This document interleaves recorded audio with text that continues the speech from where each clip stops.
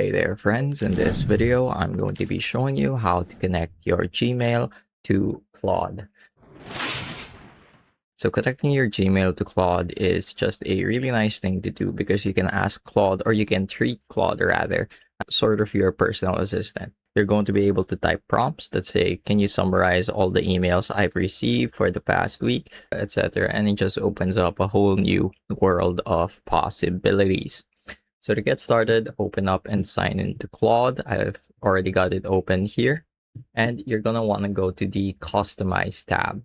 So anybody who's worked with connectors before should know that to connect an app or a website to Claude, you have to go through the settings. Although that's recently been moved to the Customize tab.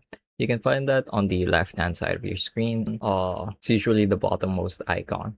So go ahead and click on Customize, and you're going to see a few options here at the left side of your screen. You have your skills, you have your connectors, and then you have your plugins.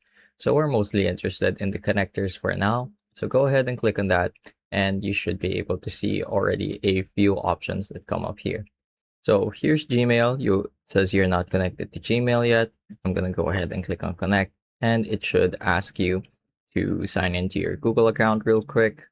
Go ahead and click on continue, and then make sure that select everything and let Claude access everything. That way you get the full experience and there are no issues. So there you go. You can also further customize your settings here. So right now by default everything is set to needs approval, which is generally the safest thing to do. That way you can double check whatever Claude wants to do with your Gmail account. So let's try it out. I'm going to go start a new chat here, and then I'm going to write a simple prompt like summarize in bullet form the emails I've received in the past week.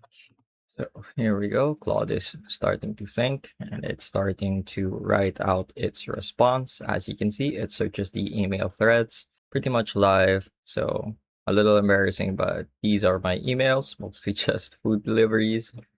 And that's pretty much it.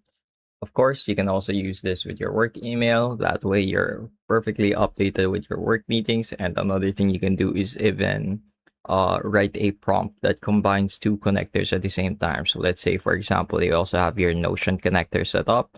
You can ask Claude to summarize your emails and then output them in a Notion document, or update your Notion calendar and whatnot. So as I've said before, pretty much a whole new world of possibilities open up.